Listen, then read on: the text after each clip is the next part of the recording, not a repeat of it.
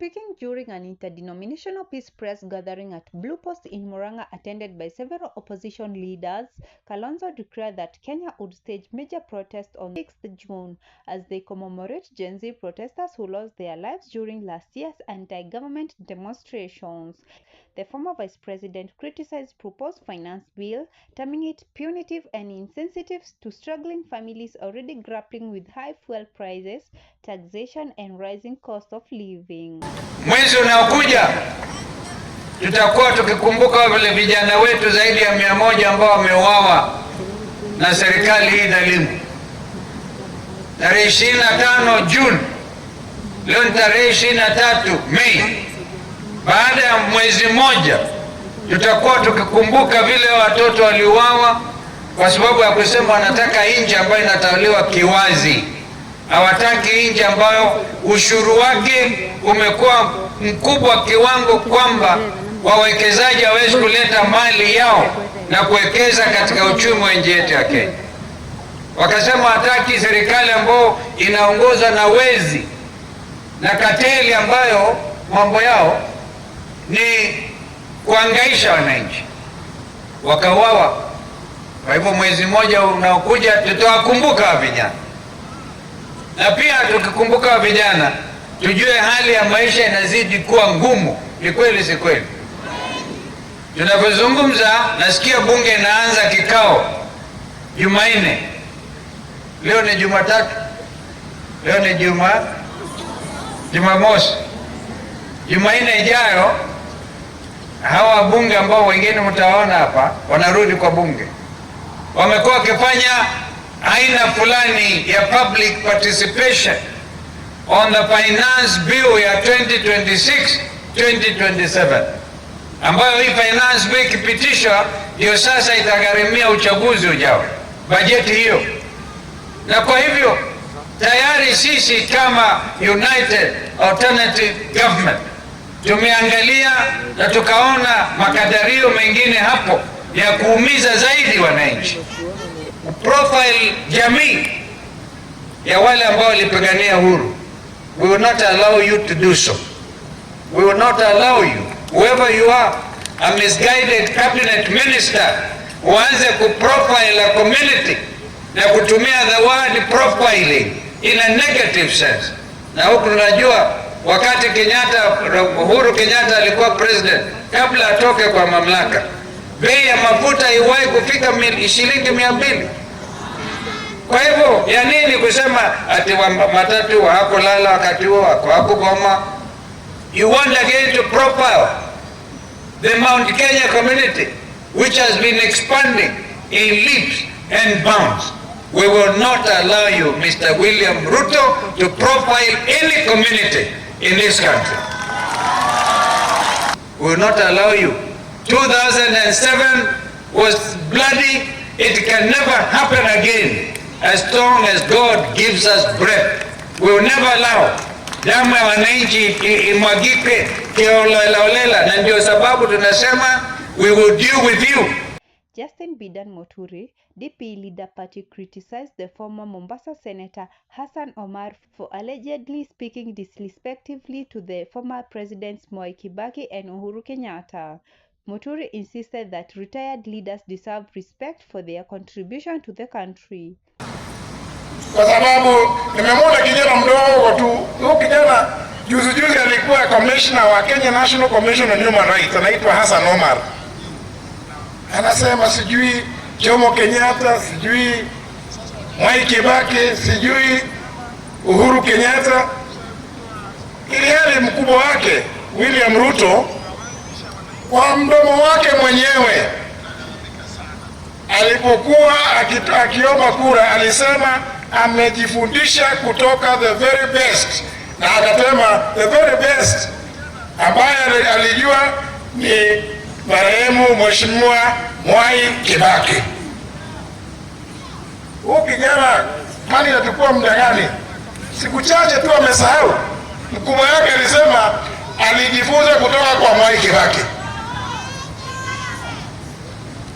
Alafu siku chache na tunajua huyu William Ruto mwenyewe alikuwa ametishia huyu kijana sana wakati alikuwa kule, kwa sababu alisema huyu ndiye alikuwa anahusika na kutafuta mashahidi kufuatia ile ghasia zilitokea mwaka wa 2007-2008.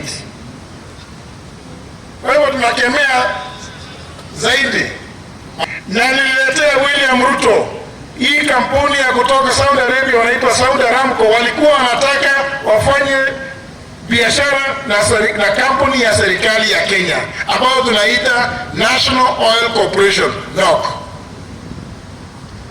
Hiyo ndio ingekuwa, kwa sababu ile kampuni ya serikali kule na hii NOC ni ya serikali ya Kenya, hiyo ndio tungeweza kusema ni government to government. Lakini William Ruto alikuwa, wakati anazungumza, tukizungumza na yeye, kumbe alikuwa tayari amefanya jama. Na ndio juzi kama nilimwona waziri David Chirchir wakizungumza na watu wa matatu, amenyamaza pale. Mimi nikaangalia, kwa sababu mimi nikajua kweli Wakenya wanajua kwa nini huyu mtu amenyamaza hivyo. Ni kwa sababu David Chirchir akiwa waziri wa Petroleum, Energy and Petroleum, pamoja na mwenyekiti wa ile kamati ya kushauri rais David D, na mshauri mwingine wa rais anaitwa Mohamed Hassan, wacha huyu ameenda kwa KRA. Kale kingine kembamba hivi kalikuwa National Bank zamani. Hao watatu ndio walitumwa na William Ruto kule Dubai, wakaenda kuzungumza na kupanga mambo hii ya bei ya mafuta vile watauziwa. Na kwa sababu badala ya serikali zile ni kampuni za serikali kule nje, kule Warabuni, hapa Kenya badala ya serikali ya Kenya iseme tunatoa kampuni yetu ya NOC, serikali ya Kenya ndio ilipeana majina ya makampuni matatu: Orex, Gulf Energy na Galana, na hizo ni kampuni za binafsi. Kwa hivyo ukiambiwa ati iko mpangilio wa G2G, ati ndio mafuta, ndio naona tupange mambo ya mafuta, ni urongo mtupu. Nimesikia mmesema tuko kadi, si ndio? Lakini nimeshangaa tarehe 20 Jumatano wiki hii, katibu mkuu anaitwa Belio Kipsang, yeye anamsimamia mambo ya immigration na mambo ya vitambulisho, alikuwa ametembea pale Busia, akasema nyinyi machiefs na local administrators muangalie watu, wale watu wameoa Kenya, wale wameolewa, mwapatie vitambulisho ni wa Kenya.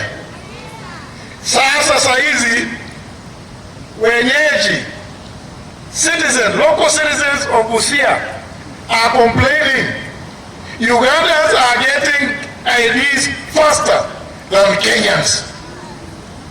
Hiyo inamaanisha William Ruto ameangalia Kenya, ameona huku mambo imeharibika.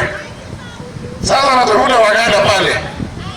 Wewe Hassan Omar, tunakujua wewe ndio ulipeleka Uhuru Kenyatta na William Ruto katika mahakama ya jinai ya ICC.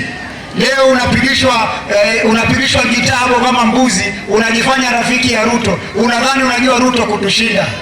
Si yeye aliwapeleka ICC? Si yeye ndio alileta watu bandia wakasema ati Uhuru na Ruto waliua watu? Alafu sasa unakuja kucheza mbele ati unasema Uhuru shamba nini? Wewe kama ulilala huku nunua shamba, wale walinunua shamba wamenunua. Umoja tena ajali ya ulimu unaona kiandige. Nani itole mwakoduta? Nimo mwakoduta. Harambe. Niseme nisiseme. Nitoboe nisitoboe. Mimi nataka kuambia serikali iliyoko mamlakani, sisi ndio tulitembea hii Kenya kukuombea wewe William Ruto kura.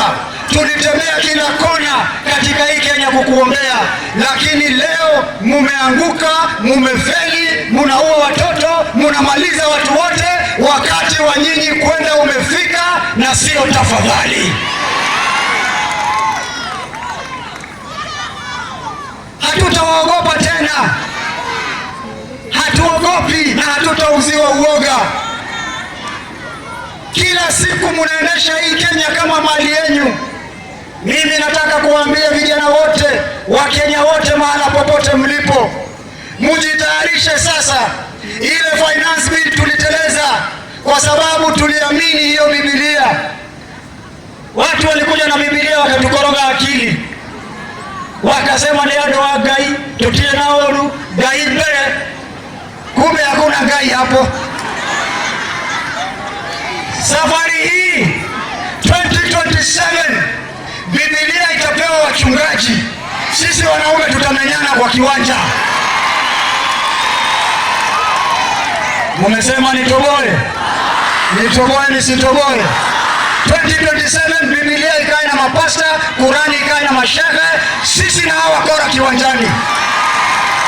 Motigato hengerege, hamtatudanganya tena na dini. Ukisema John chapter fulani, hata sisi tunafungua tunasema. Ukisema Qurani aya fulani, pia sisi tunafungua tunasoma. Mumetisha nchi, mmeifanya mali yenu, hakuna kitu inasonga. Na ndio maana unaona wengi wetu tumeanza kuondoka, tunamfuata huyu ndugu yetu Mheshimiwa Stephen Kalonzo Musyoka, wakiwa na ndugu zake akina Eugene Wamalwa, Justin Bidan Muturi, Rigathi Gachagua, Martha Karua, Fred Okengo Matiang'i. Tunataka kushikana na nyinyi. Haki ya Mungu nyinyi, musipotoa candidate mmoja mayaga ya ndoka hura, watoe candidate mmoja, si ndio? Mayaga nyinyi, wacha ninyamaze juu nitarudi kukaa hapo. Watoe candidate mmoja ili Kenya nzima wakisema ni Stephen Kalonzo Musyoka, Kenya nzima muende mupige kura, mufukuze wakora wote waende nyumbani. Hii serikali haiwezi kuwa ya kabila fulani. Lazima serikali yote ihudumie Wakenya wote bila kuangalia kabila, dini wala rangi. Na mukome, muachane na Uhuru Kenyatta. Ambieni watu mmefanya nini? Mimi nimeona wale wabunge wa Mombasa juzi wako huko Mombasa na rais. Kazi yao ni kucheza densi. Akili wamebebewa. Wanaambiwa tutanunua feri mpya, badala waulize ngoja kabla ununue feri mpya, hii stadium ulisema iko wapi?